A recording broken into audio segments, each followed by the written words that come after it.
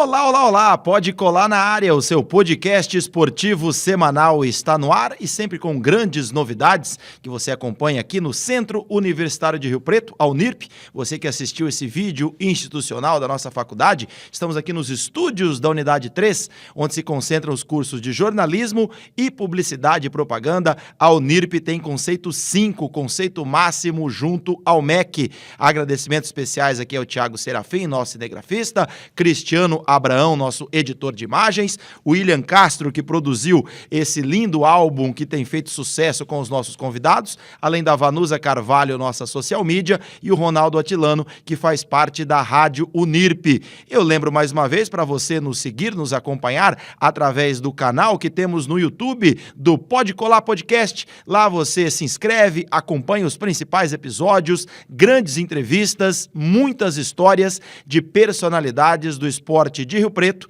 e também da nossa região.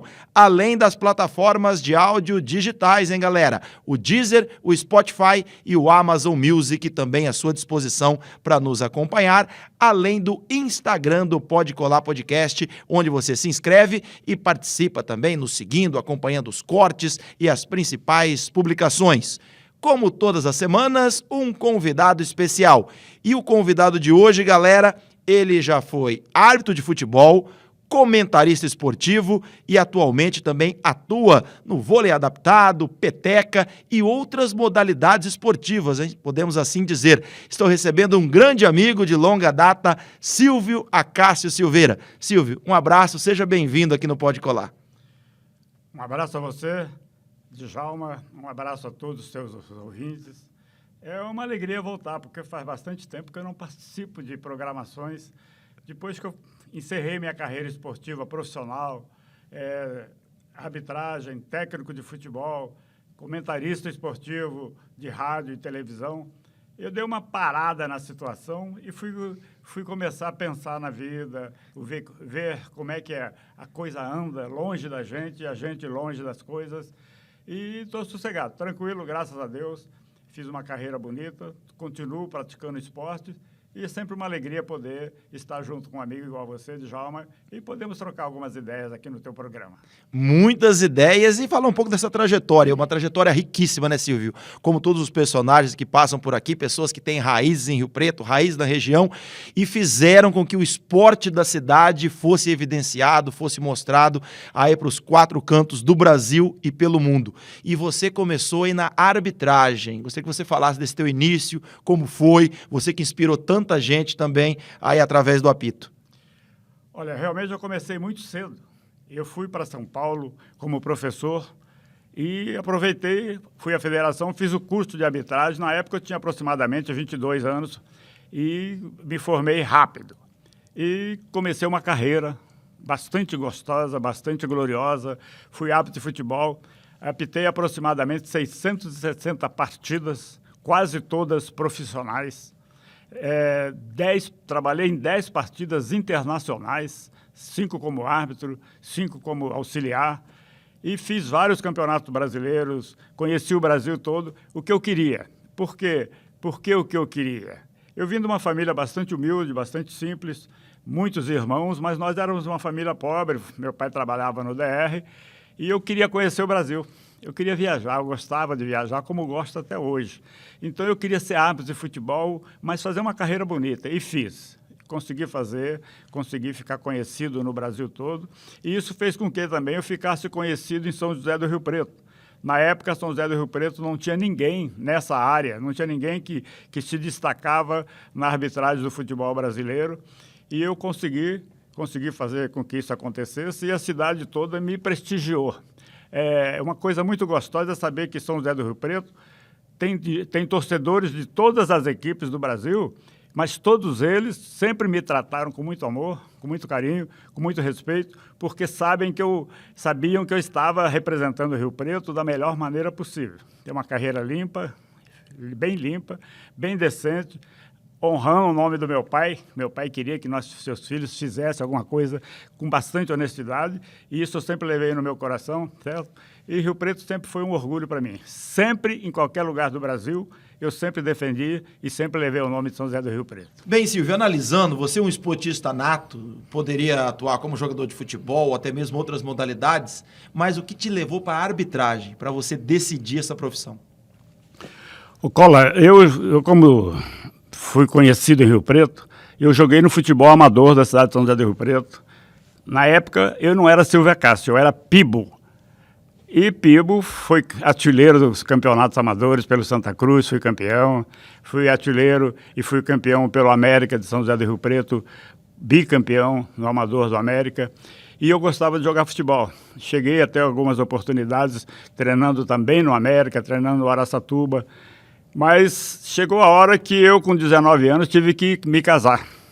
Certo? Já era papai com 19 anos, então a minha vida mudou completamente. Eu tive que cuidar da vida, fui para São Paulo dar aula, e nesse dar aula em São Paulo, aproximadamente com 21 anos, eu conheci a Federação Paulista de Futebol e fiz o curso de arbitragem.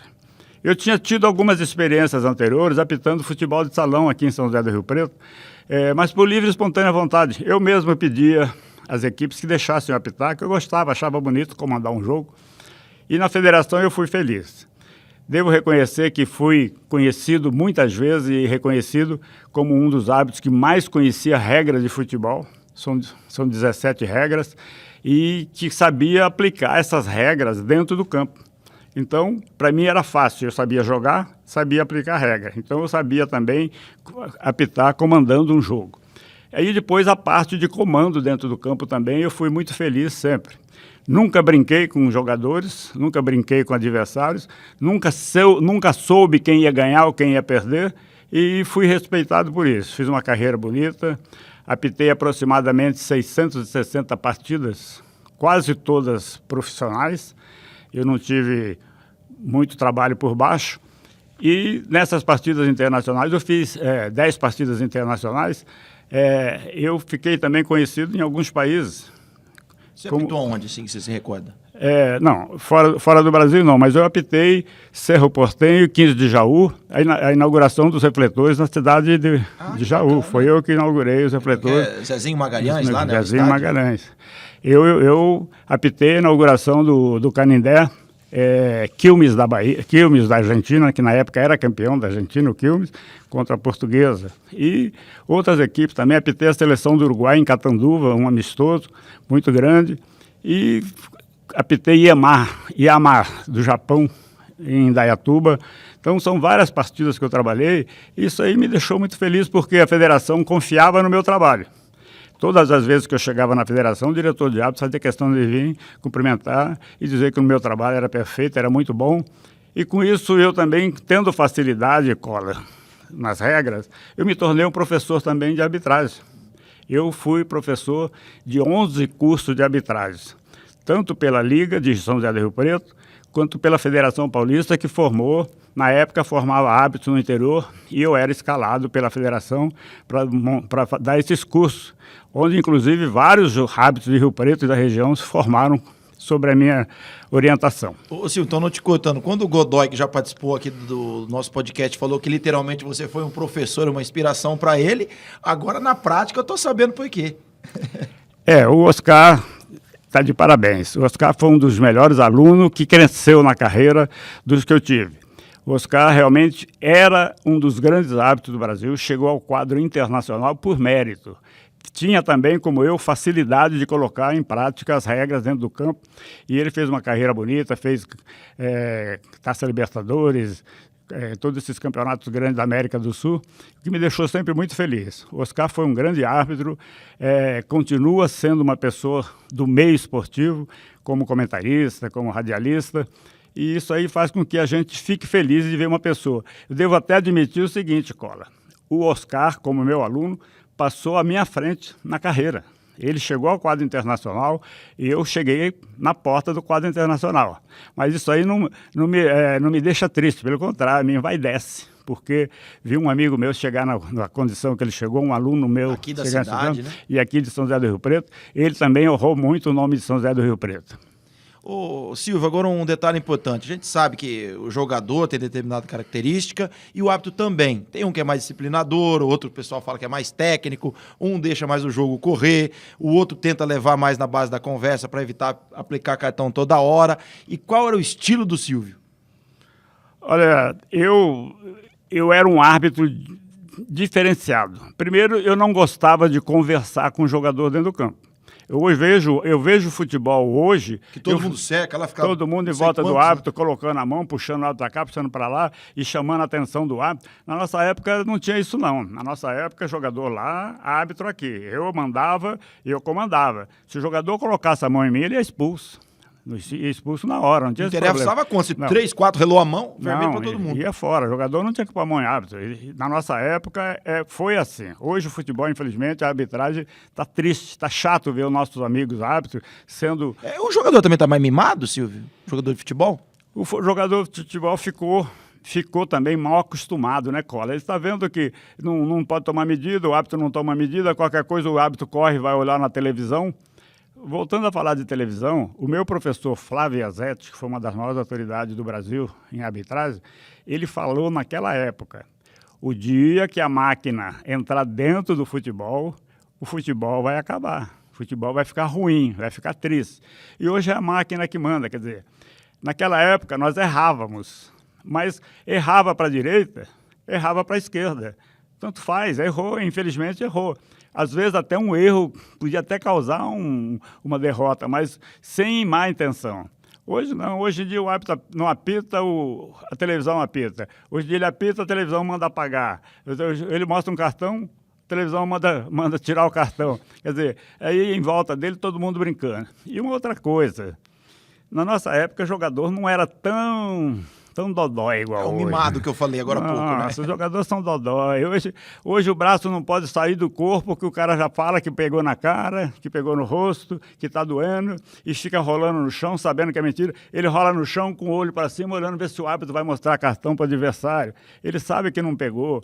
Quer dizer, ficou ruim. Além do mais, que o jogador ficou malandro, ficou dodói, o jogo também ficou muito ruim, né? O jogo mudou muito. Para muito, né, Silvio? Para demais. Essa semana mesmo, eu quase não assisto mais jogo de futebol. Mas quando vem uma decisão, assim, jogo do Brasil, alguma coisa, eu assisto. Essa semana passada mesmo teve um jogo aí que o árbitro ficou 4 minutos esperando para saber se ele ia tomar uma medida, se o VAR ia aceitar que é a medida dele, se não ia. Quer dizer, 4 minutos de jogo parado, isso atrapalha completamente. O jogo de futebol não é isso. Futebol é dinamismo, é correria, é brincadeira. E nós chamávamos falar antigamente que era coisa de homem, coisa que não era para brincar, era para jogar. E também não tinha esse negócio de cotovelada daqui, cotovelada para lá, não. Hoje em dia tudo isso aí deixou o futebol muito ruim. E sem falar que quem joga muito hoje, Cola, é o goleiro. Futebol gostoso... Tudo volta para trás ao invés de para frente, né? O futebol gostoso era ver gols, era ver fazer gol. Mas hoje, 60%, 70% das ações do jogo são para trás. Vai na ponta, joga para o meio joga para o zagueiro joga para o goleiro. Aí até aquela história, o time teve não sei quantos % de posse de bola, mas quantos % foram para frente e quantos foram para trás, né? Tem a posse de bola excepcional, mas compensação não atirou uma bola no gol. Qual é a vantagem de jogar futebol desse jeito? Então, antes quem ganhava bem, quem era famoso, era o centroavante, era o atacante. Hoje quem é famoso é o goleiro. Tanto é que já tem times contratando goleiros que sabem jogar e não goleiros que sabem defender. Então, o futebol ficou diferente, ficou ruim, ficou sem graça. A gente gosta do futebol, a gente viveu o futebol a vida toda. Mas não tem jogos que não dá para assistir. O jogo é tão chato, que a bola não passa do meio do campo de um time para o meio do campo do outro e volta. Chega a ponto de você ver, eu vou citar um exemplo. Uma equipe vai dar cobrar um escanteio. Na cobrança do escanteio, os zagueiros altos, os jogadores altos, estão tudo para a área para tentar fazer o gol de cabeça. Tem time que sai do escanteio e já volta a bola lá para o seu goleiro, lá atrás. Quer dizer, qual é a vantagem de ter um ataque desse jeito? Tá ruim, tá gozado. Eu não sou mais muito fã do futebol. Amo futebol porque vivi a vida toda, mas já não consigo mais ver tantos jogos quanto eu via antigamente. Agora, em termos de arbitragem também, você viveu aí o chamado futebol raiz, né? Que a arbitragem era olho nu, não tinha essa de ficar aí prestando atenção em imagem e tudo mais. Era mais tranquilo também para vocês dentro de campo? Os jogadores, de uma certa forma, compreendiam ou não? Como que era esse ambiente da arbitragem em si para levar um jogo ou até para o próximo jogo? De repente a equipe se sentia prejudicada nesse, aí passava algumas semanas, você ia reencontrar aquele pessoal de novo. Como que era esse período? Não é a mesma coisa. Ficou completamente diferente a arbitragem daquela época com a arbitragem de hoje. Naquela época era muito difícil você apitar um pênalti e chegar na marca do pênalti. Até você chegar na marca do pênalti, você tinha que vir, às vezes, dando tombada, empurrando, porque o jogador também vinha em cima da gente. Sei. Hoje em dia não. Hoje o árbitro apita um pênalti, tranquilo, ele vai lá para o meio, marca o ponto, o jogador das altas fica tudo ou ele põe a mão no ouvido e espera que lá em cima vão avisar se foi, né? Quer dizer, então mudou completamente. Só que também tinha respeito. Dificilmente você via dizer que um jogador desrespeitava um árbitro dentro do campo ou agredia um árbitro dentro do campo, qualquer coisa assim, certo? Então não tinha isso não. Depende também, Cola, depende também da autoridade que o árbitro impõe dentro do campo. Se você impõe autoridade, os árbitros, o jogador respeita. Agora, se você não impõe autoridade, mesmo naquela época, o jogador sabe a hora que é a hora de ganhar do árbitro de futebol. Agora, quando ele sabe que o árbitro é linha dura, ele não vem, não. Ele não vem. Mesmo atualmente, eles vêm, porque os árbitros, na verdade, não estão conseguindo se impor. Eles sabem que ele vai se impor. Daí a pouco o VAR chama e manda mudar a decisão dele, fica sem graça de tudo. O jogador sabe que pode chegar em cima dele a toda hora. Isso está acontecendo, principalmente aqui na América do Sul e no Brasil. Agora, ô Silvio, qual é o estilo de jogador mais difícil de você ter que apitar com ele em campo? O zagueiro mais truculento ou aquele atacante que simula demais? No final das contas, você está dizendo, o cara, sem querer, bate no braço dele, ele já está com a mão no rosto, rolando no chão. Qual que é o mais difícil aí de se apitar?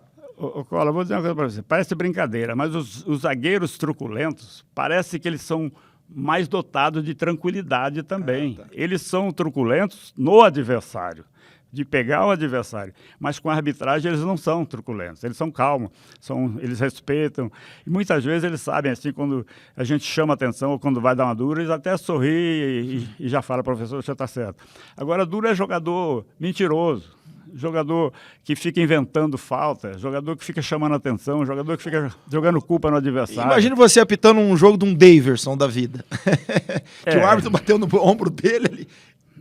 É o seguinte, eu até lembro de alguns lances que eu passei. Eu uma vez fui escalado para apitar um jogo na Bahia, Vitória da Bahia e na época o Nacional de Manaus. Os meus árbitros, amigos de São Paulo, veteranos, falaram, olha, lá tem Vitória tem um jogador que arrebenta com a arbitragem. Arrebenta com a arbitragem. Você toma cuidado, ele chama Mário Sérgio. Falei, vixe, gente, parece brincadeira. Eu cheguei lá, tomei conta do Mário Sérgio. O rapaz não falou uma palavra comigo, o rapaz jogou muito, nunca me deu um trabalho dentro do campo, quer dizer, dava trabalho para os outros. Ele sabia onde ele ia, certo? O jogador também, muitas vezes, ele toma informação antes do jogo, quem é o árbitro. Ele já sabe que aquele árbitro, ele já tem algum passado com ele, já sabe alguma coisa que ele pode fazer, ele sabe se aquele árbitro é mole, se aquele árbitro facilita. Então, ele também, muitas vezes, já entra escolado dentro do campo. Quando não é ele, é o próprio técnico que tem informações com essa arbitragem toda aí. E a gente vê muito, você tocou num ponto importante, que são os treinadores. A gente vê hoje, aí, toma o exemplo do Abel, do Palmeiras, que o pessoal fez um índice dele lá de quantidade de cartões, é incrível. Ele toma mais cartão que jogador dentro de campo. E os técnicos também do passado, como que era esse contato? Hoje em dia tem aquela linha técnica, antigamente não existia também, né? Não, os técnicos no passado, eles eram mais tranquilos. Eles não davam muito trabalho. Sempre teve um ou outro fora da linha, mas era raro. Hoje em dia está muito mais. Eu acho até engraçado, vou até adiantar, né, Cola? Porque eu também sou técnico de futebol, sou formado, trabalhei em quase 15 equipes de futebol do Brasil.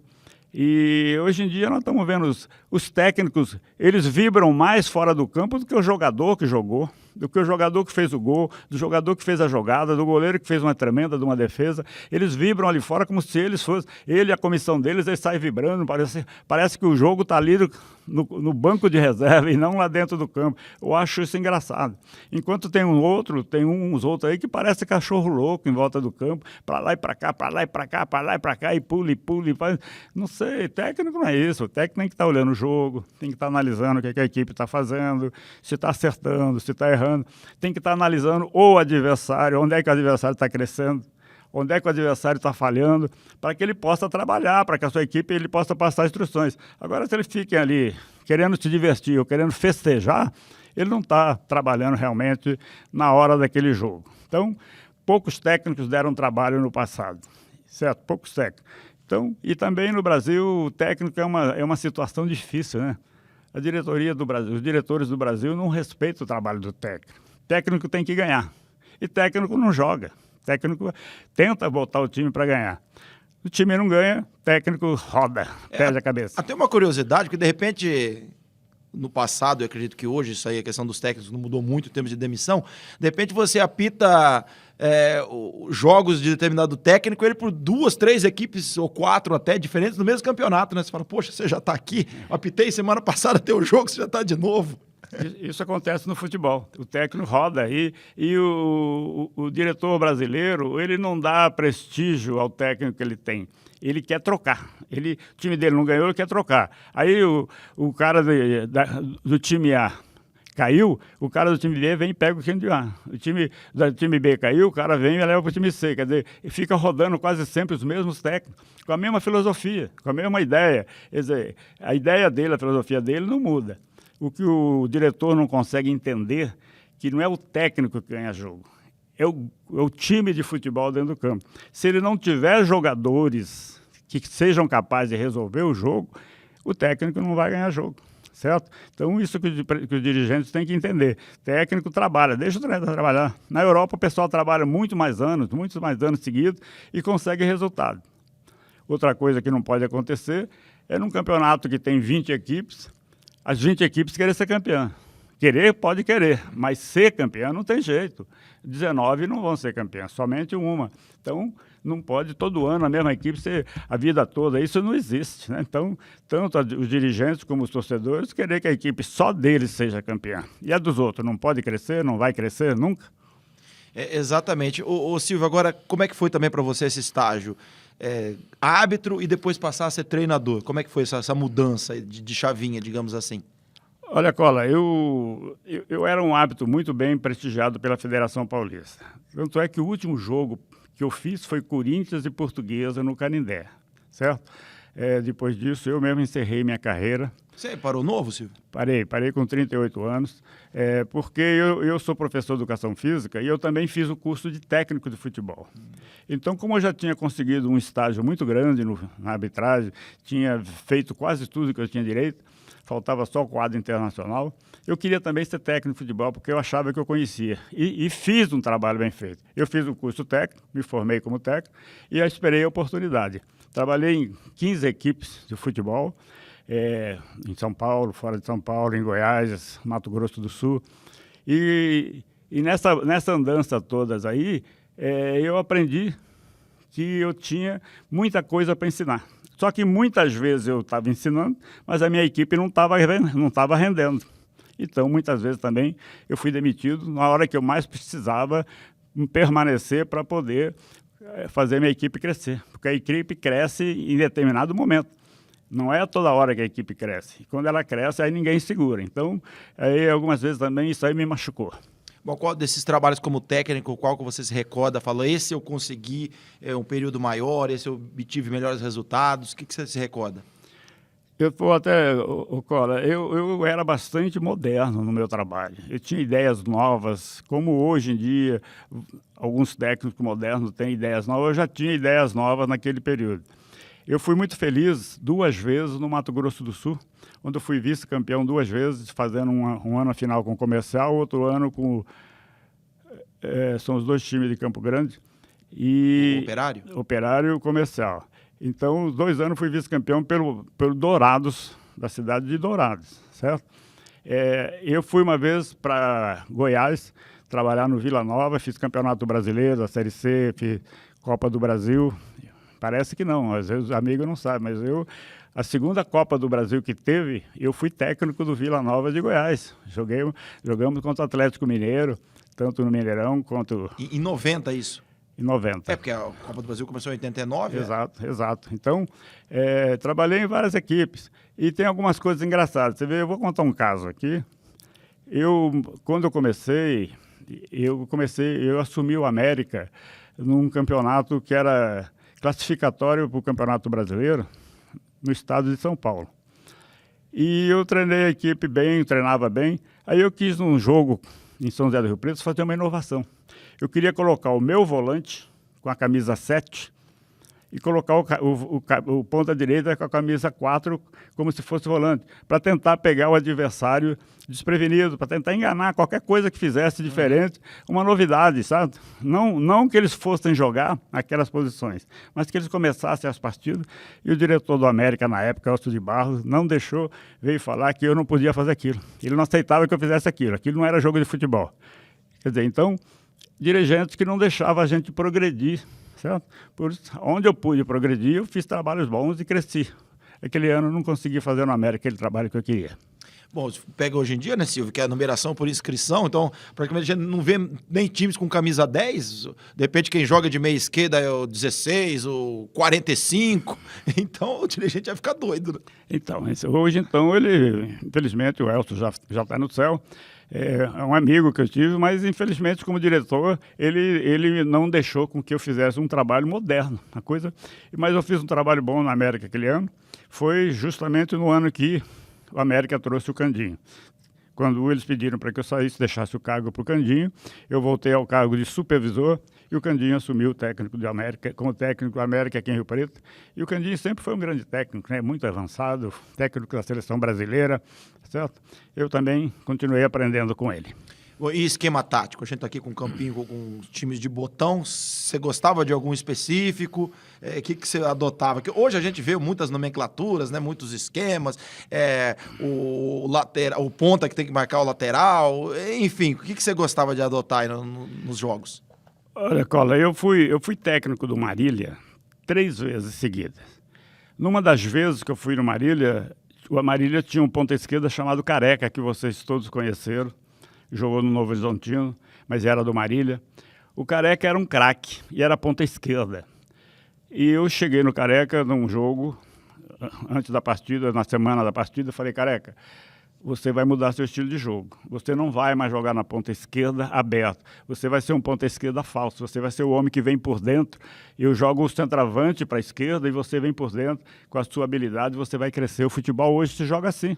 O futebol já está mudando, já não é mais 2 pontos abertos, um ponta aberto e o outro trabalhando por dentro. Ele pegou e falou, professor, eu não vou, eu quero jogar de ponta esquerda.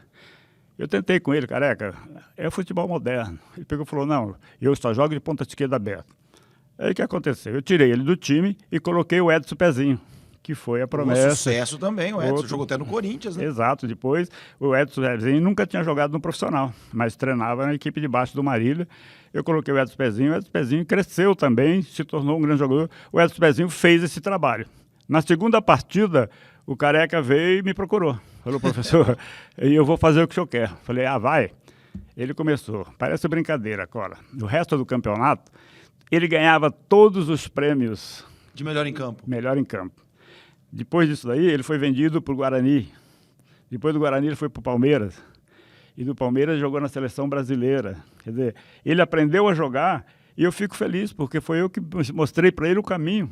Talvez jogou fora também, né? Jogou na Espanha, na Itália. Atalanta, acho que Atalanta. E parece-me que hoje ele é comentarista no México, sabe? Então, talvez ele não vá lembrar disso, mas eu me lembro, passou comigo. Então, são coisas que eu vi fazer. Uma outra vez também, o presidente do Marília pediu para que eu fosse com ele assistir um jogo de juniores na cidade de Presidente Prudente. E lá nós estávamos vendo a equipe de juniores. Ele mostrou para mim e falou assim, aquele quarto zagueiro ali é craque. Falei, craque mesmo, bom jogador. Então vai ser, logo nós vamos colocar ele no time. Ele falou assim, não, falei, não. Ele vai ser lateral esquerdo. Ele falou, não, por que lateral esquerdo? Eu falei, porque ele não tem tamanho para zagueiro. E ele, de lateral esquerdo, você vai ter um dos grandes laterais esquerdos.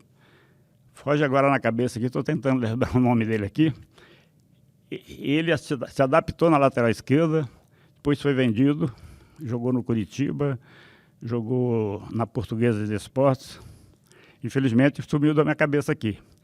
Quer dizer, então, a gente técnico, tem que ver o que é que o jogador tem. Não é só pegar jogador, contratando um ponta e vai na ponta. Não, às vezes ele não é ponta. Às vezes ele não é... Ô Silvio, justamente isso, digamos, esse feeling, esse trabalho de você observar, mesmo a distância e ver, poxa, o cara tá ali, mas ele pode ter característica para jogar numa outra função. Como que é essa técnica, não só você, mas outros tantos treinadores possuem, para poder identificar exatamente onde determinado atleta vai conseguir render mais? Ô, Cola, isso aí é a experiência do futebol. É você lembrar o que você já fez, o que você viu as pessoas fazerem. Certo? Que você viu os jogadores fazerem, que você vê as qualidades de uma pessoa, sabe? Em qualquer profissão do mundo, tem as pessoas que se adaptam melhor numa situação do que na outra. E o jogador de futebol, ele muitas vezes, ele quer jogar na posição, principalmente de atacante. Jogamento de atacante. Molecadinha na rua, quando começa, quer fazer atacante, gol, quer fazer gol.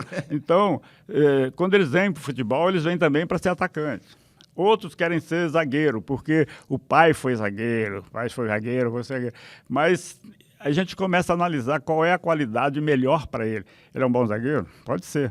Mas será que ele voltar de volante ou de um ala não é melhor para ele? Aí você adapta a pessoa, treina a pessoa cresce, a pessoa evolui e mostra que realmente é aquela posição que ele devia ter escolhido. Nem sempre ele queria aquela, mas depois ele se adaptou, gostou, ele passa a crescer nessa posição. Quando eu falei com você a respeito de esquemas táticos, tem algumas funções que alguns times usam, outros, obviamente, jogando de uma outra maneira, não. Que é aquela questão que a gente viu, principalmente em 90, você falou do ano de 90, agora me lembrei da seleção, que foi a primeira vez, ou uma das primeiras vezes, que o Brasil quis jogar com líbero. E não deu muito certo. Só que em muitos países da Europa isso dá certo. Enfim, quando, de repente, o treinador pensa em alguma coisa e até em criar um sistema novo ou uma posição diferente, que é essa do líbero, é um estudo maior, de repente você tem que acompanhar ou ver se isso já foi feito em algum lugar. Na tua opinião, como que funciona isso? Para você planejar uma coisa, digamos, totalmente diferente daquilo que a tua tradição faz. Primeiro, Cola, você tem que ver. As pessoas viram em algum lugar aquele exemplo que eles gostaram. Então, eles querem adaptar. Do bendito líbero. Colocar no líbero. Mas, muitas vezes, os atletas dele não conseguem fazer daquela maneira que ele quer, certo? Ele tenta adaptar e não funciona. Então, ele é obrigado a recuar. E outras vezes funciona, muitas vezes funciona. Mas acontece o seguinte, o europeu, naquela época, era mais familiarizado com esses costumes de ter um líbero, de jogar atrás. O jogador europeu gostava muito de jogar atrás. Não é diferente de hoje. Hoje eles gostam de ser atacante, mas antigamente eles gostavam de ser zagueiro, aqueles zagueiros então, fortes. Todo mundo durão, cintura dura. Durão, alto, bom cabeceador, bater firme. Hoje não, hoje eles mudaram um pouco. Hoje, inclusive, o Brasil passou a ter zagueiros mais altos, sabe? No Brasil, antigamente não tinha zagueiros tão altos assim, tinha jogadores clássicos. Os atletas brasileiros, os zagueiros brasileiros, eles eram clássicos, bons jogadores, no alto, embaixo, sabia sair jogando, e o europeu não sabia. Então o líbero facilitava muito.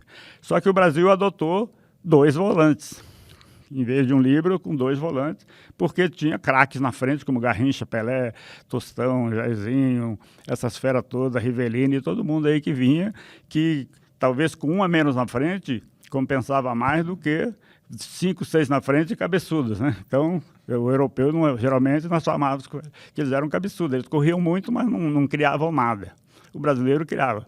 Um jogador criativo vale por 2 no ataque. Você colocou num ponto que eu agora me lembrei também. Muita gente fala que o jogo se ganha no meio campo. É realmente ali? O que define um jogo é o meio de campo, porque ali é a coluna, né? É o meio. Se dali do meio para trás for fraco, o adversário deita e rola. Se dali do meio for bom, esse time deita e rola para frente, o time vai e faz gols. Você vê que quando o meio de campo é bem consistente, a equipe costuma atacar e fazer bastante gols. Mas que nem hoje, por exemplo, que o meio de campo só joga para trás, os jogos são pobres, 0-0, 1-0, 0-0, 1-0. Quando um time resolve passar do meio para frente, aí os gols acontecem. Mas quando não passa do meio para frente, fica um futebol pobre, sem criatividade, sem nada, só passe de bola para lá, para cá, como se fosse um bate-bola, sem compromisso de fazer gols. Ô Silvio, agora eu quero fazer até um paralelo com isso. Como você falou, desde o tempo que a gente conhece futebol, a carreira do treinador é essa. Se perdeu aí determinado número de jogos, ele é tirado. Prefere-se tirar o treinador do que um grupo de jogadores. E se jogava de uma outra forma que você está dizendo. O pessoal pensava mais no ataque. Hoje em dia, isso aí não mudou, pelo menos na parte do treinador. Se ele continuar perdendo 2, 3 jogos, ele vai embora. Só que o futebol ficou muito mais feio do que era no passado. A pressão é a mesma em cima dos treinadores. Mas, na tua opinião, por que a qualidade do jogo ela empobreceu tanto? Olha, Cola, você entrou num assunto até que eu sempre comento com as pessoas. O futebol, vamos falar do Brasil, ficou na mão dos empresários. Os empresários tomaram conta do futebol. O empresário tem pressa. O empresário quer dinheiro. O empresário, então, sai catando garotos pelo Brasil e querendo que os garotos virem craques do dia para a noite. Eles querem que os garotos comecem a jogar, eles levam um garoto para uma equipe, um garoto com 15, 16 anos, e já quer que no ano seguinte esse garoto seja profissional. As bases que esses próprios empresários trabalham, muitas vezes eles têm as bases deles, os trabalhos de base deles, os técnicos deles. Esses técnicos não ensinam mais um jogador a ter domínio de bola. Não ensina esse jogador a chutar com a perna direita, não ensina esse jogador a chutar com a perna esquerda, não ensina um bom domínio, um posicionamento, conhecer qual é a posição dele no campo, onde é que faz um lançamento, que hora que faz um lançamento. Eles ensinam os jogadores a ganhar. Eles querem ensinar o jogador a ganhar. Tem que ganhar. Vamos disputar campeonato infantil, juvenil, júnior, tem que ganhar. Se não ganhar, também o técnico não serve. Então, o técnico treina a equipe dele para treinar, para jogar, para jogar, para jogar, para jogar. Esses garotos crescem sem quase nenhuma formação, habilidade. Você vê que eles vão cruzar uma bola na linha de fundo, eles cruzam realmente lá na arquibancada. Tem hora que a gente fala, poxa, mas o cara é profissional, como que ele não acerta um cruzamento desse? O cara chega na frente do gol, vai chutar, chuta na arquibancada. O cara vai fazer um passe de 2, 3 metros, não consegue fazer um passe de 2 metros. Uma bola vem para dominar, ele não consegue dominar, vai dominar, bate na canela, bate no joelho, bate, a bola escapa, não dá sequência, aquela sequência de toca aqui, recebe ali e tal. Os meninos estão muito mal preparados no Brasil por causa dos empresários. Os empresários têm culpa disso e os técnicos que trabalham para os empresários têm culpa disso também. Não ensinam mais os garotos a trabalharem. 1 ou 2 garotos bons que saem, eles levam para a Europa. Muito novo, né? Muito novo. E lá na Europa o pessoal trabalha esses meninos. Quando eles aparecem crescendo, aparecem como realmente estrelas do futebol. Ô Silvio, você tocou num outro detalhe muito importante, que é essa ação de empresário, jogador indo embora muito jovem para fora do país. Tanto é que tem jogador que joga poucos jogos no profissional, ou nem isso, né? Mesmo sendo em time grande, a gente está falando aí de Corinthians, Flamengo, Palmeiras e tantos outros, e o cara já está vendido, basicamente nem conseguiu ganhar um título em casa, né? Digamos assim. Dentro dessas proporções todas, né? O pessoal pensando muito em dinheiro e relacionando com o passado, onde o atleta ficava mais tempo no clube, ele se desenvolvia mais. O quanto isso também foi prejudicial, não só, digamos, para o clube, mas também para a seleção brasileira. Claro, a seleção sofre porque você vê hoje, por exemplo, uma seleção brasileira com 23 atletas convocados, 3 ou 4 do Brasil. O resto todos jogam na Europa, foram embora para a Europa. Agora eu pergunto uma coisa para você. Você acha que jogadores que jogam no Brasil, que enfrentam argentinos, que enfrentam uruguaios, que enfrentam paraguaios, pelo menos essas 3 escolas, agora a escola da Colômbia também, que é uma escola boa, jogadores que jogam no Brasil, não podem, eles fazerem parte de uma seleção brasileira aqui no Brasil, tem que buscar lá. Tem que buscar por quê? Porque os bons que formaram no Brasil, que foram bem formados, ou que são garotos que tiveram facilidade de se formarem e ajudaram a formação, foram vendidos para a Europa, nós temos que buscar esse pessoal todo lá. O outro ponto também que eu acho errado no Brasil, Cola, eu vou falar aqui o seguinte. O Brasil é pentacampeão do mundo, certo? O Brasil tem vários títulos de campeão do mundo, de clubes que tem todo final de ano. Portugal, um exemplo, nunca foi campeão do mundo. Nunca foi campeão do mundo. E agora nós estamos trazendo todo mundo de lá para treinar aqui. A Argentina tem 2 títulos, mas até pouco tempo não tinha. Se não fosse o Lionel Messi há poucos dias, a Argentina não tinha mais 2 títulos. Eles vão buscar esses técnicos de Portugal para ser técnico no Brasil. Quer dizer, que títulos que eles têm? Tá certo que esse rapaz deu sorte no Palmeiras, pegou um time montado, é o que eu disse no começo.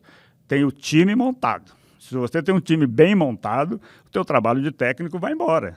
Agora, uma se você... estrutura por trás, muito dinheiro. Claro, Né? agora, se você não tem, você vê que os outros técnicos que vieram não conseguiram vencer. Todos eles foram rodando e vai embora. Então, essa agonia que o dirigente brasileiro tem de buscar técnico em outros países, quando o Brasil é pentacampeão do mundo.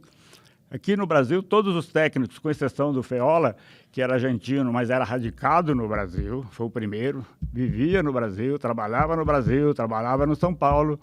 Todos os técnicos foram brasileiros, certo? Nós somos 5 vezes campeões do mundo. E o Brasil, queira ou não, passa por períodos de renovação, de transformações, de mudança de jogadores. É normal, todos os esportes, é normal na vida você ter um grupo de época em época que muda.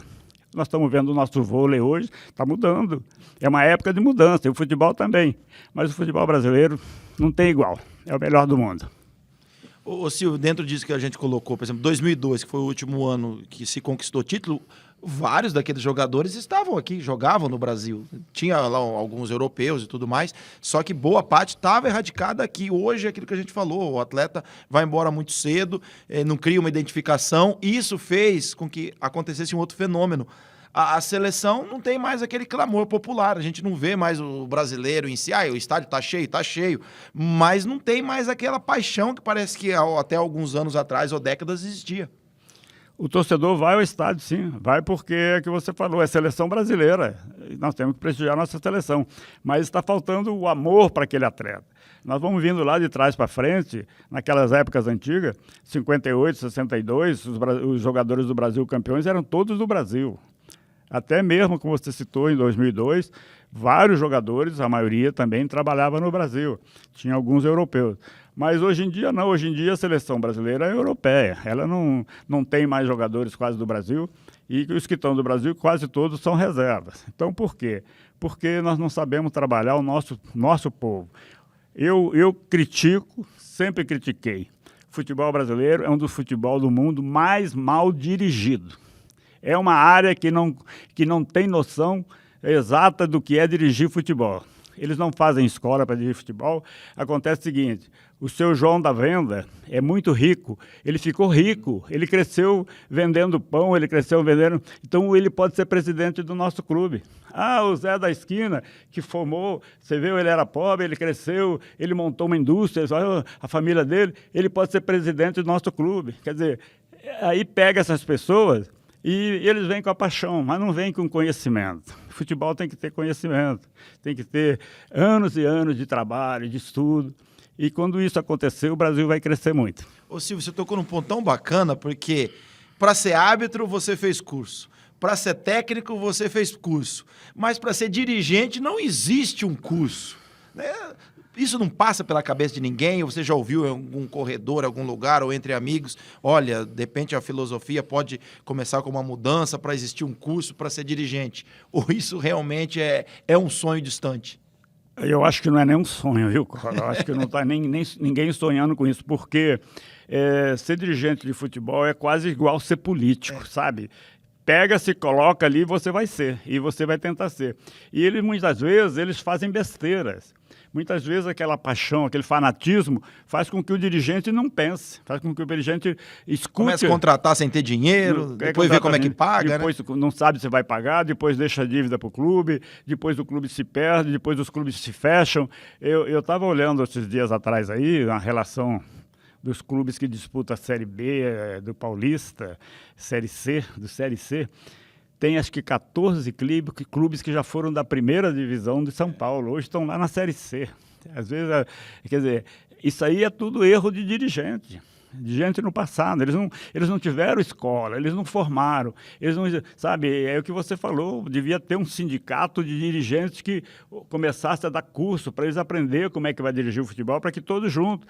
Mas eles são muito medrosos de dar um curso, vamos dizer, vamos fazer um curso para dirigente, mas aí depois o time do Zé vai ficar melhor que o meu, depois do seu João lá vai ficar famoso e o time dele vai ser melhor que o meu. Não vamos fazer não, cada um cuida do seu. Eles tratam o futebol assim, eles não querem saber se pode evoluir, eles querem saber que o time deles tem que ganhar. Agora, nem sempre eles têm os melhores jogadores, então ganha quem puder ganhar. A onda agora é a SAF. Você acha até que ponto isso pode ser salvação?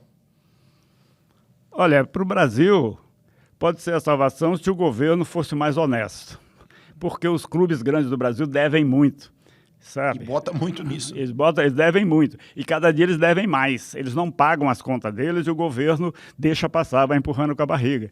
Então, uma das saídas será esse pessoal de fora trazer dinheiro e assumir clubes no Brasil. É uma das saídas.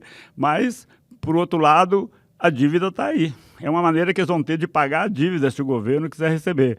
Mas eles não vão querer pegar dinheiro para pagar a dívida. Eles vão querer pegar dinheiro para contratar mais jogadores, não pagar os que deviam, e daqui a pouco também, se essa parceria der certo, continua.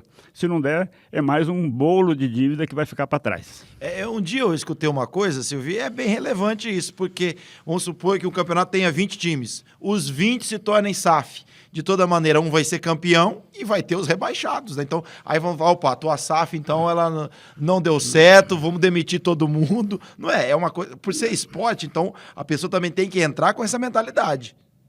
É correto, o teu pensamento está correto.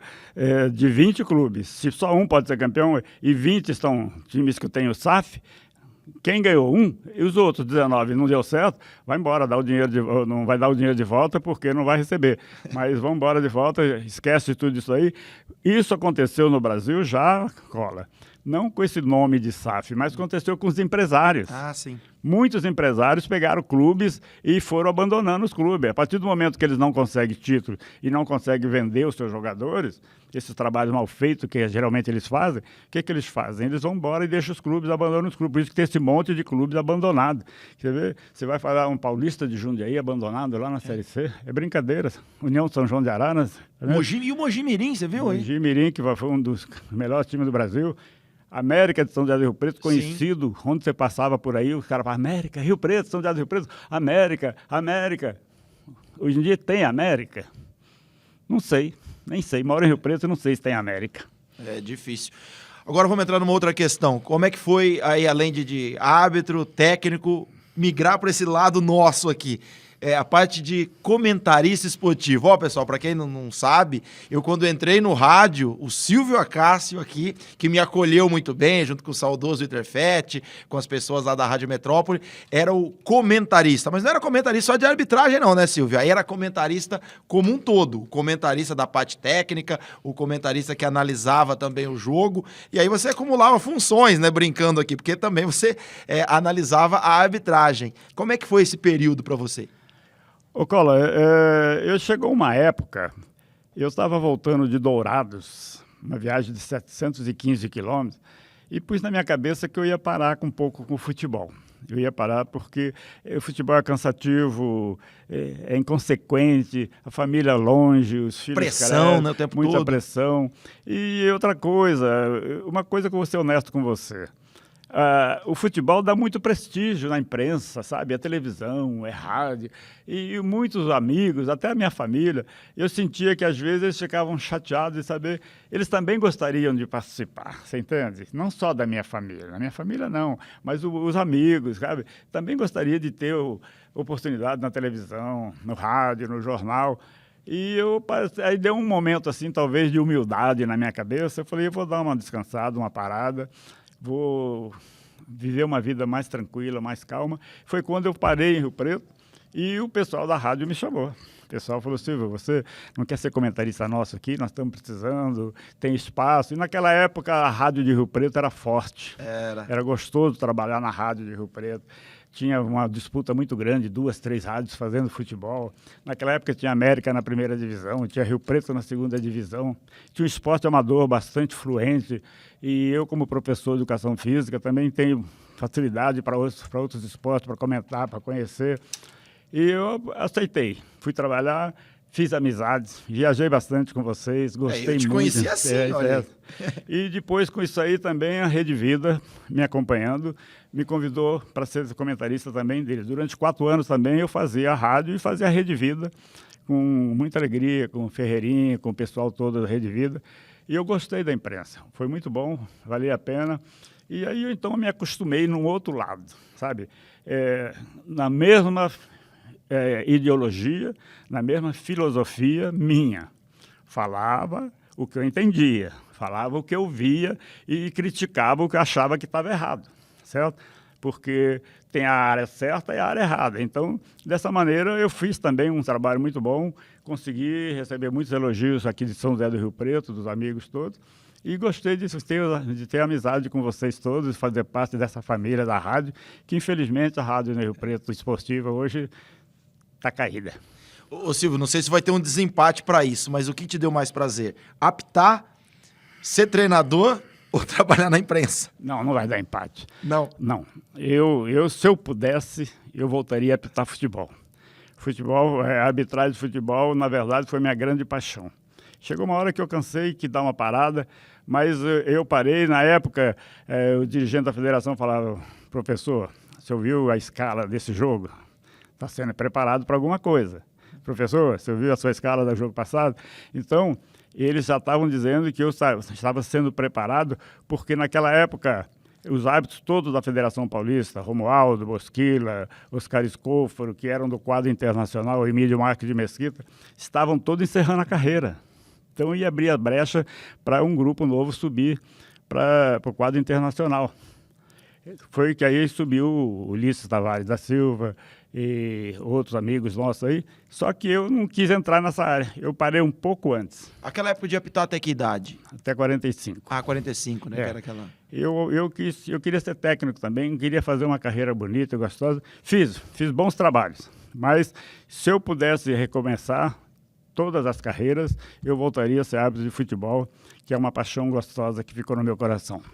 Bom, e a questão agora, voltando para os comentários, né? A gente sabe que todo mundo fala que vê o jogo de cima, parece que você literalmente enxerga melhor.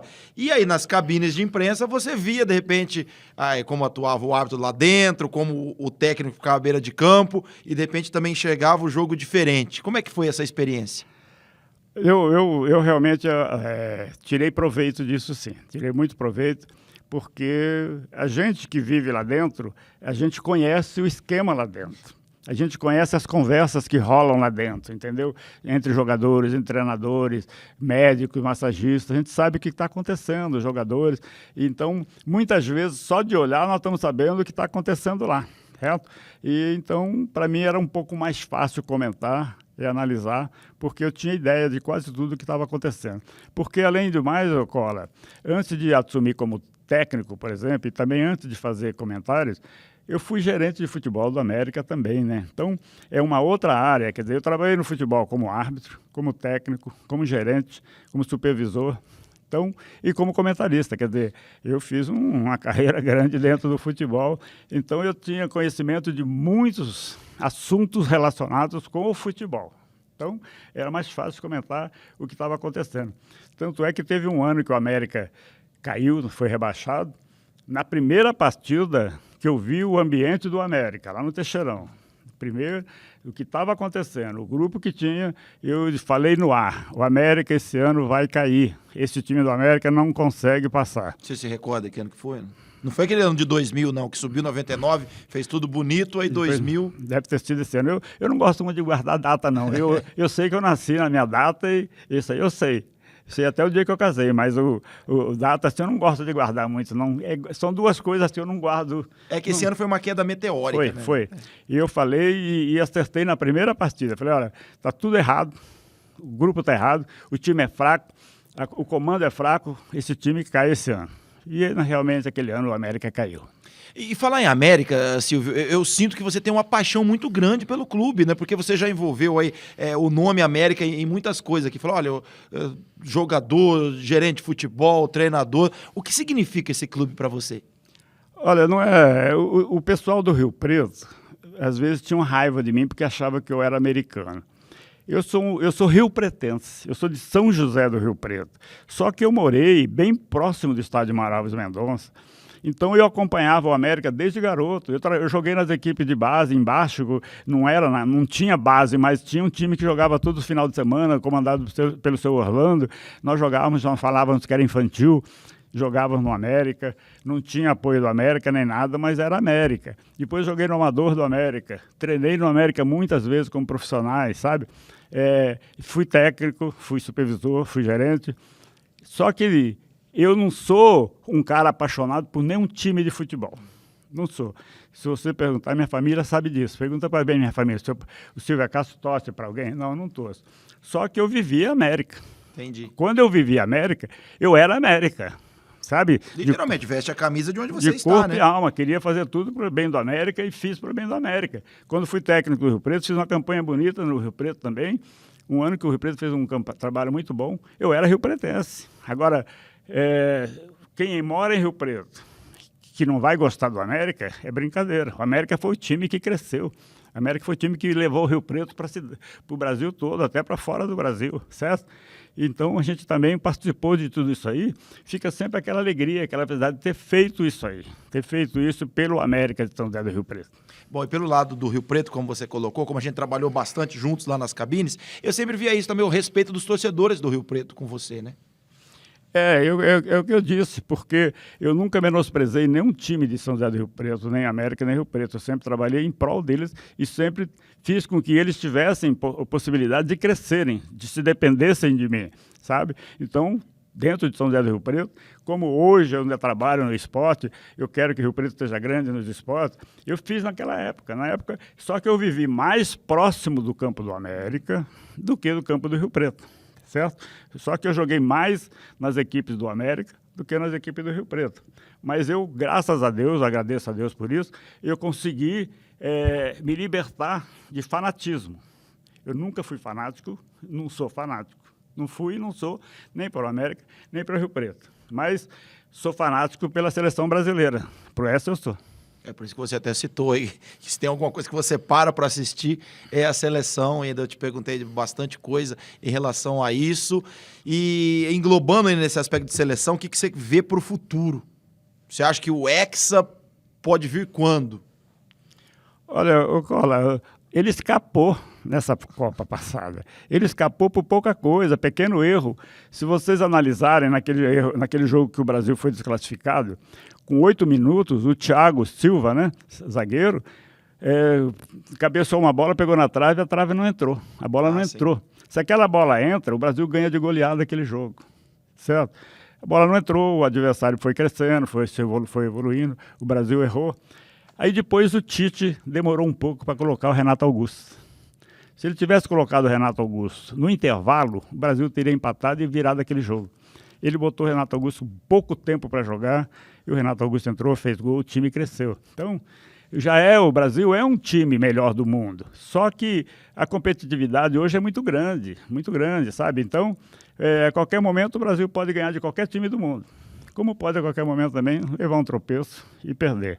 O Brasil ainda é o futebol melhor do mundo. Nós temos que entender isso. Talvez não seja mais organizado, mas é o melhor do mundo. Juntando essa questão de Copa do Mundo, vou fazer uma pergunta agora para o Silvio, treinador.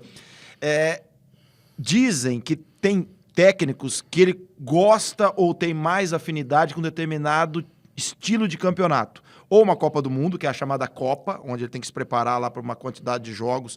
Em um mês faz 7 jogos, se o time chega lá muito bem, numa fase boa, tudo dá certo. E já tem técnicos que gostam mais dos chamados pontos corridos, que vai ter lá 8, 9 meses para jogar e ele sabe administrar bem nesse período. O Silvio gostava de qual estilo de competição? Olha, eu prefiro o campeonato mais corrido, que ter tempo de trabalhar, de organizar, de preparar jogadores, de montar um esquema. O esquema deu certo, continua mais um pouco. O esquema não deu certo, você vai para o segundo esquema, vai para o A, B, vai C, vai arrumando, vai trocando jogadores. O tiro curto, como uma Copa do Mundo, você não pode errar. Você tem que ter os melhores, por isso que é seleção. Por isso que é selecionado. Você tem que escolher os melhores que façam o melhor, certo? É isso que eu digo. E além de ser o melhor, está bem fisicamente. Está bem fisicamente, está bem preparado. É o que eu digo para você. Nós temos, se você analisar os times da Copa do Mundo, que são seleções, vamos falar nós e da Argentina. A Argentina tem Messi. Nós temos vários Messi na nossa seleção brasileira, vários. A Argentina tem um, entende? Portugal tem Cristiano Ronaldo, que também já está começando a encerrar a carreira, e cada país tem um seu aí, sabe? Mas o Brasil tem muito, Tanto é que o Brasil tem um que não jogou, que está machucado, que é o Vini Júnior agora, que é uma estrela. Esse homem decide qualquer jogo, joga na Europa, certo? E o Brasil tem todos esses jogadores. É questão, então, de você saber colocar as peças no lugar. Então, para tiro curto, 6, 7, 8 partidas, tem que ser seleção forte. Agora, para campeonato longo, não. Você tem tempo, como, por exemplo, hoje nós estamos vendo o Botafogo. O Botafogo está numa campanha maravilhosa no Campeonato Brasileiro. Sem estrelas, né? Sem estrela, mas um time forte, um time que fechou, que encaixou e está jogando. Mas qualquer time do Brasil, se o Botafogo começar a tropeçar, qualquer time pode começar a crescer, porque tem espaço, ainda tem tempo para ganhar pontos, e isso pode acontecer. Agora uma pergunta para o Silvio, treinador e também comentarista. Você já viu muitas fases do futebol onde determinado continente parece que chama a atenção pelo fato de ter dinheiro. É claro que a Europa, essa sempre vai ser aí a grande cereja do bolo e o sonho de muitos atletas. Mas existiu períodos que o Japão levava muita gente, aí outros períodos que a China começou a levar, aí teve até período numa proporção menor, mas muita gente ia lá para o México, lá para cima, e hoje tem os Estados Unidos, né? Inclusive o Messi está lá, e o Oriente Médio, a Arábia já teve um período lá atrás e agora parece que voltou com tudo, até com mais força. Como você classifica essas situações? Posso chamar até de sazonais, porque não sei quanto tempo a Arábia vai ficar em alta, como foi China, como foi Japão e o próprio México. Como você observa e enxerga essas mudanças aí? Cola, elas realmente são sazonais, viu? Principalmente lá no Oriente. Lá na Terra dos Príncipes, eles querem uma coisa muito imediata. Para eles tem que ser imediato, tem que ser hoje, tem que ganhar hoje. Se não ganhar hoje, para amanhã não serve. Então eles aplicam, e quando as coisas começam a não dar certo, eles abandonam, eles param. Por isso que o futebol lá nunca evolui, sabe? O Japão não, o Japão trabalhou seguro. Foi devagar, foi montando, foi organizando. O Japão hoje é uma realidade. O Japão hoje é um país que vai todos os anos, todas as Copas do Mundo, é um país que chega, que briga lá na frente, ainda não foi campeão, mas tem estrutura, formou estrutura, graças a Deus, graças aos brasileiros, né, que foram lá fazer, certo? O México também, uma época eu quase fui para o México com o Marília para jogar, então o México também, mas é sazonal. Agora um país que não parece que não tem interesse em ser grande no futebol é os Estados Unidos. Eles têm o futebol. Criaram uma liga agora também cheia de estrelas e tudo mais, né? Mas eles parecem que para eles está bom disputar, para eles está bom jogar, ter o esporte lá é diferente. E nós aqui da América do Sul, nós estamos fanáticos, nós queremos ganhar, nós queremos disputar e ganhar. Quer dizer, não importa se é Colômbia, se é Equador, se é Chile, se é Brasil, se é Argentina, se é Uruguai, Paraguai, nós queremos ganhar. A Bolívia quer ganhar. Então, briga para ganhar, e isso aí também é bom e, ao mesmo tempo, forma muito fanatismo no torcedor. O fanatismo do torcedor muitas vezes atrapalha o futebol também, Cola. A gente vê isso até pegando o gancho da torcida organizada. Se está ganhando, a torcida vai lá, enche estádio, faz festa. Se o time está perdendo, a torcida muitas vezes, devido a algumas ações, a gente já está cansado de ver, o time acaba sendo prejudicado, ou pede mando de campo, ou vai ter que jogar com o portão fechado, aí não tem renda, ou dependendo da situação e do campeonato ou do regulamento, perde ponto, né? Aquilo que você está colocando da questão do fanatismo exagerado. Esse é um dos maus que existe em vários países, e o Brasil é um deles. Esse negócio de ser fanático para o time de futebol é uma doença, isso é ruim. O time tem que ganhar, mas espera aí, o adversário não pode ganhar. O time tem que ter os melhores jogadores, mas o time tem condição de ter os melhores jogadores para ser campeão hoje, amanhã, depois, 3 anos. Vocês percebem que não é fácil. O Flamengo, há 2 anos atrás, 3 anos atrás, era um timaço. De 2 anos para cá já não é mais um timaço, é um time forte que briga, mas vai caindo, é normal. O Palmeiras cresceu nesses 3 últimos anos, mas ele já está começando também a dar uma degringolada. O futebol é assim, ele tem um período que vai e depois ele volta. E o fanatismo do torcedor não deixa ele ver. Eles vão lá querer bater em jogador. Vão lá querer bater em diretor, vão lá querer exigir que o diretor compre o Messi, vai lá que o compre o Cristiano Ronaldo, vai lá buscar o Vini Júnior. Quer dizer, gente, isso aí é dinheiro. Isso aí é dinheiro. E muitos dos torcedores fanáticos também são pessoas que vivem sugando os times de futebol. Eles não trabalham e eles vão assistir jogo na Bahia, na Argentina, no Uruguai, no Paraguai, no Rio Grande do Sul. Tudo por conta dos clubes. Os clubes cometem um erro grosseiro de sustentar esses fanáticos. São os mesmos fanáticos que vão lá torcer, que não trabalham e vão lá torcer por conta de comida e viagem dos clubes, que na hora que o time não está bem, vão lá e querem agredir jogadores, querem quebrar o estádio, querem bater em treinador, querem bater em todo mundo e até nos diretores. Ô Silvio, em algum momento no futebol, seja aí como árbitro, técnico, ou como dirigente, você chegou a passar por uma situação incômoda com torcedores? Passei uma, sim. Muito difícil, foi no Parque São Jorge. Corinthians e Botafogo de Ribeirão Preto. Botafogo venceu lá o jogo, naquele jogo que eu expulsei o Roberto Rivelino, e houve invasão de campo, invasão violenta. Ali foi Deus. Naquela época era mais comum invadir campo, né? Era, mas eu fui feliz, consegui escapar com tranquilidade. Eu sempre fui muito feliz nos momentos difíceis de jogo. Uma das minhas teorias, e eu falei já para todos os árbitros que são meus amigos, toda vez que der problema dentro do campo, corre para o vestiário. Corre para o vestiário. Por quê? Porque enquanto você está no meio do campo, o torcedor está te vendo, ele quer te pegar, ele quer te agredir, ele quer xingar, ele não vai embora. A partir do momento que você entrou no vestiário e sumiu da vista dele, ele sossega, ele acalma, ele vai embora, ele abandona o campo e você fica mais tranquilo. Então, todas as vezes que aconteceram isso, eu realmente saí rápido, fui para o vestiário e o mais difícil que eu passei foi esse aí, Parque São Jorge. O Corinthians depois de 17 anos, tinha sido campeão do primeiro turno, na quarta-feira. Foi bem nos anos do jejum, né? Você falou o nome do Rivelino. Então, o Corinthians não ganhava, então ganhou o primeiro turno, então virou uma festa. Aí no sábado teve o jogo contra o Botafogo no Parque São Jorge. O Parque São Jorge era para 2.000 pessoas, tinha quase 20.000 pessoas, vontade disso. E o Botafogo ganhou o jogo, e teve essa invasão, tudo, mas graças a Deus eu não fui agredido. Não fui nunca agredido dentro de campo, graças a Deus. E quando precisou correr, eu corri. Eu saí, certo. Eu não entrei em campo para ser árbitro de futebol e para apanhar. Eu entrei para apitar jogo de futebol. Ô Silvio, uma outra questão, a gente voltando agora a falar de arbitragem, já que você puxou esse gancho bacana. As regras mudaram bastante, a gente falou do VAR, né, do quanto hoje, de repente, o árbitro, para ele é cômodo apitar alguma coisa, depois ficar esperando o que vão dizer lá em cima. Só que o futebol foi mudando algumas regras, o toque no braço foi uma das que... um campeonato é uma coisa, no campeonato seguinte é outra, gostaria que você falasse a respeito disso.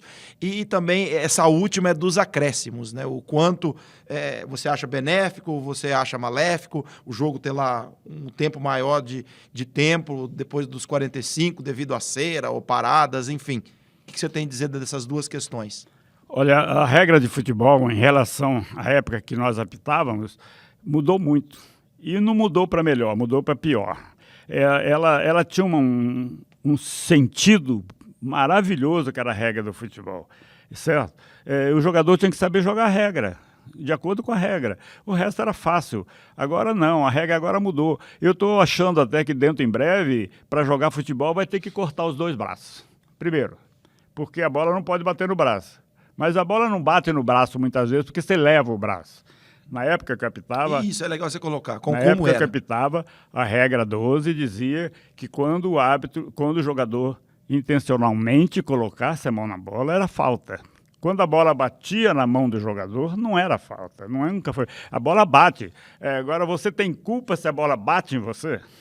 Hoje em dia, Silvio, a gente nota, parece que o jogador, ao invés de querer cruzar a bola, ele mira o braço do adversário. Para ver se a bola pega no braço do adversário, porque hoje a regra está assim. Houve uma mudança da FIFA, a FIFA mudou as regras aí, muito ruim, ficou ruim para o futebol, certo? E isso aí é um caso. Essa semana mesmo, a semana passada, nesse jogo que eu estou falando, que o jogador caído no chão, a bola passou em cima do braço dele, ele está caído no chão, onde que ele vai pôr o braço? Dando carrinho, né, escorregando. Ele caído no chão, a bola passou em cima do braço dele, o árbitro deu pênalti. Quer dizer, onde é que ele vai pôr o braço, gente? Como é que ele faz? Existe uma maneira de você subir numa bola e movimentar o corpo sem sair com os braços de fora do corpo? Não existe. Então, ninguém é um boneco. Então, a bola bate no braço, bateu no braço, não é falta, não tem intenção. A gente tem que fazer a regra de futebol como é a vida. Se você não tem intenção de atirar numa pessoa, a pessoa caiu lá, ela caiu, não foi você que atirou, entendeu? Futebol é a mesma coisa, você não cometeu uma infração.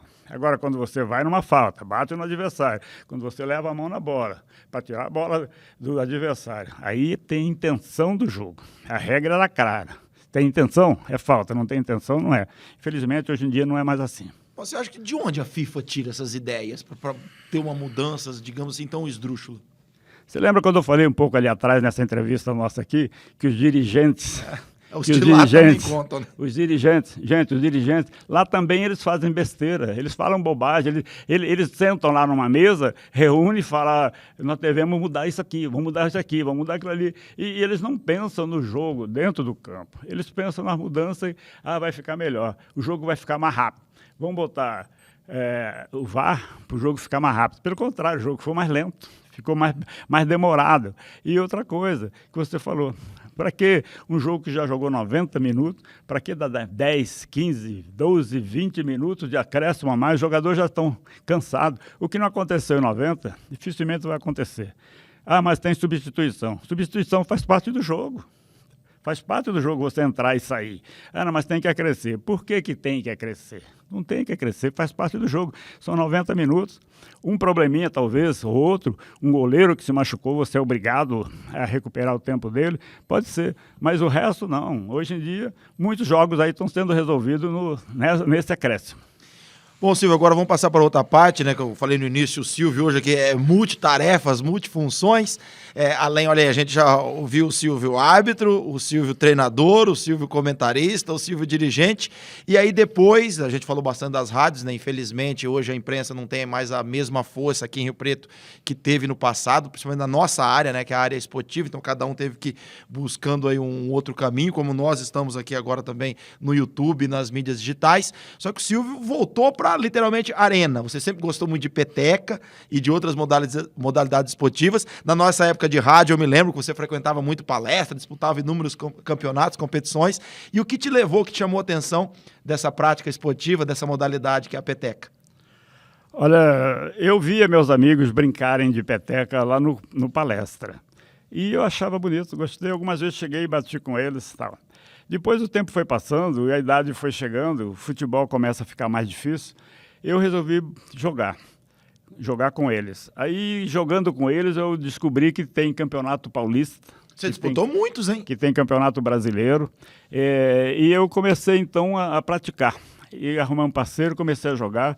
E eu fui campeão paulista algumas vezes. Atualmente eu sou campeão paulista na categoria acima de 70 anos. Gente, já passei de 70, viu?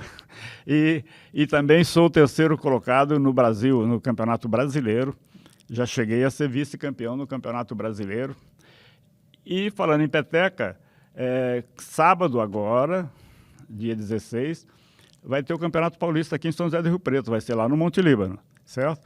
Eu, no momento, não tenho parceiros em São José do Rio Preto. Então eu jogo pelo Corinthians. Olha aí. Eu jogo pelo Corinthians porque o meu parceiro é do Corinthians, ele me convidou. Eu, como não tinha parceiro em Rio Preto, nós estamos fazendo a dupla, jogando pelo Corinthians e nós vamos jogar. Nós somos campeão paulista ano passado. Se nós ganharmos aqui, nós teremos campeões também. E nós ficamos habilitados para fazer o brasileiro. O brasileiro vai ser em novembro, em Belo Horizonte, certo? O ano passado nós ficamos em terceiro. e os outros anos anteriores eu já fiquei 2 vezes em segunda. Então, peteca é um esporte que eu digo para vocês, pratique peteca, gente. Nossa, vocês não sabem como é delicioso, vocês não sabem que agilidade que dá de pensamento, de movimento, de resistência física jogar peteca, certo? Então, conta um pouco das técnicas. A gente recebeu o Leandro Balbino, que faz parte do badminton, e ele falou o badminton é uma mistura de tênis com peteca, tanto é que ele trouxe aqui pra gente a raquete, mostrou a petequinha, que o jogo é disputado, falou um pouco da dimensão da quadra, mas agora conta um pouco pra gente, Silvio, pra quem não conhece realmente a quadra de peteca, a altura da rede, a questão que você falou de posicionamento, do que a pessoa ganha até em termos físicos e de saúde em praticar esse esporte. De saúde. A peteca, eu vou voltar lá no estado de Minas Gerais. Ela foi criada em Minas Gerais. É obrigatório lá a jogar peteca. Lá, se você fizer um condomínio e não fizer quadra de peteca, você é capaz de não vender seu terreno, sua casa. Lá é obrigado. E eles jogam muito e jogam bem. Lá todo mineiro gosta de jogar peteca, porque sabe que é um esporte salutar. É um esporte aberto, você se liberta. É você contra o adversário, certo? Duplas, joga em duplas, tem também campeonato individual. Mas o campeonato mais oficial é em dupla. E é um jogo muito rápido, muito gostoso, que exige muita agilidade, muita intuição de como é que você vai matar o adversário, como é que você vai fazer um ponto dele, como é que você vai se defender. Era uma quadra de 7,5 por 7,5 para jogar 2 pessoas numa peteca pequena. É muito difícil jogar, então precisa ter muita técnica, tanto no manuseio como por baixo. O Monte Líbano de Rio Preto foi o maior do que o Palestra na peteca. O Palestra também foi campeão paulista também, mas o Monte Líbano foi muitas vezes campeão paulista. Eu me lembro de cortando a família Mardegan. Eu ia entrevistar esse pessoal lá no Monte Líbano. Geralmente a Marilda Mardegan, que é que comanda, a Mariana Mardegan, que hoje é presidente da Federação Paulista, foi campeã brasileira muitas vezes, é uma das melhores do Brasil. E nós estamos seguindo. Eu gosto muito da peteca. A peteca é um jogo maravilhoso. Eu gostaria que todo mundo jogasse. E vou até fazer um convite, Cola. Vou aproveitar o teu programa. Eu pedi para a prefeitura, nós montamos uma quadra de peteca lá no Montanhês, externa. Uma quadra externa. Quem quiser jogar peteca, geralmente todas as tardes eu passo por lá. A quadra está lá sempre montada. Tiver mineiros em Rio Preto que têm vontade de jogar peteca, vamos fazer um anúncio aí. Os mineiros em Rio Preto que gostavam de jogar peteca, podem nos procurar lá. Nós vamos formar, vamos brincar. Peteca é salutar, é delicioso, vale a pena. E sábado e domingo, o Campeonato Paulista no Clube Monte Líbano. Que horário, de repente alguém está acompanhando aqui, sabe onde é o Montanhês, mas a questão dos horários em si que vocês estão por lá. O Montanhês é uma quadra aberta, descoberta. Então, geralmente depois das 4h30, 5 horas, quando o sol abaixou naquela lá, não tem mais sol, fica melhor. Porque jogar peteca olhando para o sol é difícil. Mas pode também jogar à noite. E a quadra está descoberta, a quadra está lá, está aberta. Se alguma pessoa, algum grupo quiser formar grupo para jogar peteca, pode me procurar ou lá no Montanhês. Geralmente no final da tarde eu estou por lá para brincar ou para treinar com alguém, ou por telefone, e eu vou lá com o maior prazer. Todos os dias que quiserem jogar peteca. Bom, como o esporte sempre te acompanhou, você está até uniformizado aqui, até pode dizer um pouco melhor desse uniforme aí da Secretaria Municipal aqui de Rio Preto, né? Já que você falou, a Secretaria também apoiou aí com a quadra de peteca. Te liguei aí no fim de semana e você disse, Cola, acabei de ser campeão. E eu vi a tua emoção, né? Fala, um garoto comemorando é uma coisa. O Silvio também mostrou que é um garotão aí ainda no esporte. Ganhou a disputa de vôlei adaptado e você me explicou aqui que é a disputa do JAI, né? Que é os Jogos Abertos do Idoso. Conta um pouco como funciona, qual a dimensão também dessa competição. É bom até lembrar os amigos todos, porque a gente quando ouve falar da terceira idade, ou do Jore, antes era Jore, agora chama Jome, as pessoas não têm vontade. Eu antes também não tinha vontade, mas você entra no jogo da terceira idade que você vai gostar. A terceira idade tem vôlei adaptado. O vôlei adaptado, gente, a gente fala vôlei adaptado, não é o vôlei paraplégico. É legal explicar isso, verdade. O vôlei do paraplégico é sentado, eles trabalham sentados, eles não têm mobilidade. O vôlei adaptado é um vôlei normal, para as pessoas acima de 60 anos. Lembra um pouco a bola queimada, né? Tem alguma coisa a ver com a bola queimada adaptada no vôlei. É o jogo de vôlei que você trabalha de outra maneira, segurando a bola, atacando, com os grandes atacantes. E o vôlei adaptado hoje, ele é competitivo pra caramba. Os grandes jogadores do basquete do passado, de vôlei, estão se adaptando ao vôlei adaptado. Fica realmente difícil jogar contra eles, certo? Não é mais uma brincadeira, não. Então, na terceira idade, você pode jogar vôlei, você pode jogar tênis, você pode jogar tênis de mesa, você pode participar da natação, você pode participar do atletismo, você pode participar dos jogos de mesa, baralho, buraco, tudo que é de mesa. São várias modalidades. Dama, né? Também, né? Dama também, sabe? Tem todos, dominó, todos esses esportes fazem parte do jogo da terceira idade. Chama-se Jome. Jome é disputado na região. Esse ano e o ano passado foi na cidade de Araçatuba, certo? Na cidade de Araçatuba. No vôlei adaptado, já há muitos anos, Rio Preto é campeão, sabe? Rio Preto é uma hegemonia, nós estamos mantendo esse campeonato. Até pouco tempo era uma categoria de 60 para cima. Agora tem de 60 para cima e de 70 para cima, certo? São duas categorias. Então, também nos outros esportes, ela divide em várias categorias. Então, forma-se o JOME. O JOME é Jogos da Melhor Idade, regional. São 8 regiões. Classifica o primeiro e o segundo para fazer o JAI, que é os Jogos Abertos do Interior. Esse ano, a primeira vez, foi em São José do Rio Preto, certo? E nós jogamos em São José do Rio Preto pela primeira vez. Então, nós fomos campeões na categoria 70, na qual eu faço parte agora, certo? A categoria 60 aqui também é muito forte, não passou das quartas, mas foi um campeonato bonito, gostoso, e vale a pena jogar, gente. A gente faz um novo grupo de amizade, sabe? Pessoas do estado todo.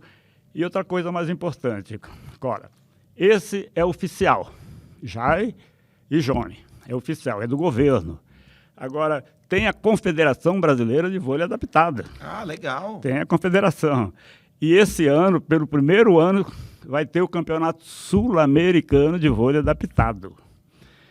Vem Chile, Uruguai, Paraguai e Argentina jogar contra a gente aqui do Brasil no dia 12, 13, 14 e 15 de outubro na cidade de Salto. Do campeonato. Você está nessa? Claro. Só que nesse campeonato, na confederação, são 3 categorias, 60, 70 e 50.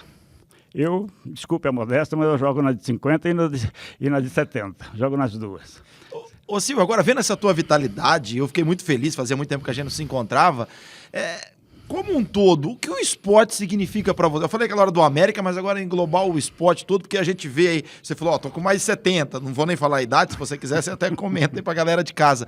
Mas a tua vitalidade e o quanto o esporte te proporciona tudo isso, a qualidade de vida, o Silvio com história para contar de inúmeras situações que você passou. A gente falou de arbitragem, como eu falei agora há pouco, questão do futebol em si como treinador e outras funções, a parte agora também, aí depois que você parou de comentar na imprensa, se descobriu e se redescobriu em outras modalidades esportivas, o quanto isso para você é saudável? Olha, Cola, quando eu pensei em estudar, eu queria fazer educação física, porque eu queria viver esporte. Eu sempre vivi esporte, desde garoto, sempre gostei de fazer algum tipo de atividade esportiva, de praticar esporte. O esporte me dá condições de novas amizades, de novas viagens. Gosto muito de viajar, gosto muito de competir. A coisa mais feliz é quando chega a ideia de que nós vamos ter um jogo em tal lugar, que nós vamos ter um campeonato em tal lugar. Isso, para mim, é a minha alegria. Isso faz com que eu me movimente. Todos os dias eu tenho que estar me movimentando. Ou eu faço caminhada, ou eu ando, faço uma pedalada, vou treinar, vou me manter para que eu possa, então, estar sempre preparado para os esportes. Esporte, para mim, é tudo. Esporte é tudo. Porque eu já fiz a minha vida profissional. Não procurei dinheiro. Não procurei riqueza, dinheiro. Eu acho que a minha riqueza é a minha vitalidade, é a minha agilidade, é a minha inteligência de resolver, de estar no meio do grupo e ajudar um grupo a ganhar um título, a vencer. E a emoção, Silvio? Retrata um pouco a de sábado, por exemplo, que foi a última, é a mais recente. A de sábado foi uma emoção muito boa, muito gostosa, porque nós sempre jogamos esse campeonato fora de Rio Preto. Isso foi a primeira vez. Então os familiares, muita gente estava lá assistindo. Familiares, amigos, torcendo. E a gente, o fato da gente jogar, superar, né? Da gente conseguir vencer atletas que foram no passado, principalmente na categoria 70, nós enfrentamos atletas que há pouco tempo eram da categoria 60 e eram estrelas no estado de São Paulo, sabe? Os grandes jogadores, nós conseguimos vencê-los também, sabe? Então, é emoção. Só quem pratica esporte é que sabe o quanto é bom praticar esporte, como faz bem. E como é bom praticar esporte de competição. Eu gosto de competir. Eu gosto de competir. Meu prazer é estar competindo, é estar disputando. Se eu não ganhar, eu vou lá e abraço o vencedor. Vou lá com o maior prazer, abraço. Agora, se eu ganhar, eu quero que ele me abrace também. O Silvestre, então, é a receita. Continuar em atividade, principalmente muita gente que reclama, eu já estou com uma idade avançada, meu negócio é ficar em casa, estou aposentado, não quero fazer nada. Então você já dá um recado inverso, fala, não, vamos se movimentar, porque além de ser saudável, é isso que você disse, né? O encontro com novos amigos, conhecer outras pessoas e estar com sempre o dia a dia preenchido. Preenchido. Cola, eu vou até lembrar, na época que nós passamos essa doença aí há 2 anos atrás, a gente era obrigado a ficar mais em casa. Aí eu comecei a ficar em casa e analisar como é que é triste você ficar em casa o dia todo, sentado no sofá, vendo televisão e se consumindo. Você ficando velho. Começou a dar desespero. Falei, não, tô fora, tá fora. Aí eu comecei a fazer caminhada na hora do almoço, na hora do sol quente, e sair para fora. E aí eu percebi que é por como é que a pessoa fica velha. A pessoa fica velha se ela ficar em casa sentada o dia todo. Ela vai endurecer, ela vai engrunhar todo e não vai ter vontade de mais nada. Você fala, ô tio, ô pai, vai buscar aqui. Ah, não, hoje não. Ah, não, depois eu busco.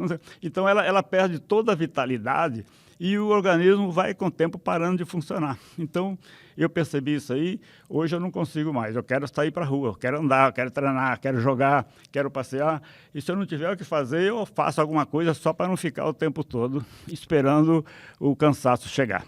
Ô Silvio, agora estou chegando aqui no momento do programa, ó, você, enquanto a gente esperava aqui para a gravação, você viu aqui todos os participantes, né, que nós já tivemos aqui no nosso podcast, e hoje vai ser a tua vez também aqui, ó, de colar a tua figurinha, vou te ajudar aqui. Que bom. Você vai colar aqui no número 042. 42. Grande Silvio Acá Silveira, meu amigo, que eu conheço desde 2001, quando a gente se conheceu, me ajudou bastante naquele começo também, e aqui você pode colar literalmente aqui, ó, no 42, o significado que você também faz parte da história do esporte de Rio Preto, Silvio. Eu é que agradeço, Cola. Eu que agradeço de ter essa oportunidade de estar com você aqui. Eu não queria estragar o teu álbum, não, viu? Mas a gente consegue aqui, fica tranquilo. Isso, você vai ilustrar junto com os outros grandes nomes. Olha aí, ficou muito bem colado, olha aí. Vários amigos aí que nós vimos aí do esporte de Rio Preto. Parabéns a todos eles, parabéns a todos que praticam esporte, a todo o pessoal. Eu deixei vários amigos da arbitragem também em Rio Preto. Quero que Deus abençoe a todos e que o esporte seja um motivo para todos nós. O esporte faz bem, gente. Não deixe de praticar esporte, não, por favor. Essas aqui são suas, muito tá? obrigado. E a importância para você também aqui ser uma das grandes personalidades. Você falou, poxa, eu sempre gostava de representar Rio Preto, que as pessoas lembrassem que eu sou de Rio Preto, e o quanto representa também para você esse carinho todo aí que as pessoas têm, e você ter levantado o nome dessa cidade para tantos lugares. Eu fico feliz, Cola. É sempre muito bom quando a gente consegue sentir que a gente deu um passo para ajudar os amigos, deu um passo para ajudar a cidade. Eu nunca fui político, mas eu sempre gostei de promover Rio Preto. E eu devo dizer para você o seguinte, eu agradeço a Deus porque Deus me deu a oportunidade de eu promover Rio Preto de maneira saudável, de maneira honesta, de maneira feliz, de maneira vencedora. Isso que eu acho muito importante e que Deus continue a me abençoar para que enquanto eu tiver, eu continue a fazer Rio Preto sempre uma grande cidade. Silvio, muito obrigado pela presença, sucesso, que história, né? A gente falou de bastante coisa, porque é uma história de uma vida bem vivida e, como você falou, né, de coisas bacanas, coisas legais de se contar, de se lembrar. E hoje foi uma singela, uma pequenininha homenagem aí de um amigo que eu tenho, de uma pessoa que eu considero bastante. Obrigado por ter vindo, por ter aceito o convite e poder contar aí parte da tua história. Eu agradeço também, Cola, e quero aproveitar e dizer o seguinte. Tem aqui o professor, o meu neto, Pedro Boazzi, é um dos campeões do Brasil de badminton, na categoria 16. Ele está indo para mais campeonatos, se Deus quiser, ele vai ser um dos melhores do Brasil. E a minha neta, Ana Cláudia, joga vôlei também, na categoria sub-16 para São José do Rio Preto. Então, minha família continua crescendo. E o Silvinho, que também é da arbitragem, né? Silvinho é professor de Educação Física, árbitro da Federação Paulista de Futebol também, certo? Tanto ele e o Fernando são da área, então minha família é toda dentro do esporte, graças a Deus. Um abraço a todos vocês, que Deus abençoe e cola, que o seu programa esteja sempre muito feliz, muito cheio de autoridades, muito cheio de histórias para Rio Preto, o pessoal de Rio Preto saber que Rio Preto é uma capital também de histórias. Muito obrigado, parabéns mais uma vez, meu grande amigo Silvio Acácio. E com essa história fantástica e emocionante, a gente vai encerrando o Pode Colar de hoje, com agradecimentos especiais aqui ao NIRP. Estamos na unidade 3, onde se concentram os cursos de jornalismo e publicidade e propaganda. O NIRP tem conceito máximo no MEC, hein, galera? Conceito 5. Então venha nos conhecer e saber mais a respeito da nossa estrutura. Abraço aqui para o meu grande amigo, Thiago Serafim, nosso cinegrafista do Pode Colar, também o Cristiano Abraão, nosso editor de imagens, o William Castro, que produziu esse álbum, que tem feito sucesso aqui com os nossos participantes, Vanusa Carvalho, social media, e ao grande Ronaldo Atilano, que faz parte da rádio Unirp. Também para você se inscrever no nosso canal no YouTube, Pode Colar Podcast, vá lá, aponte a câmera para o QR Code que aparece nessa telinha e também se inscreva para poder acompanhar esse episódio com o Silvio Acácio e tantos outros nomes que já passaram por aqui. Também as plataformas de áudios digitais, o Deezer, o Spotify e o Amazon Music, além do Instagram do Pode Colar, sempre à sua disposição. O nosso Pode Colar volta semana que vem com uma nova história, um novo episódio para você. Até lá!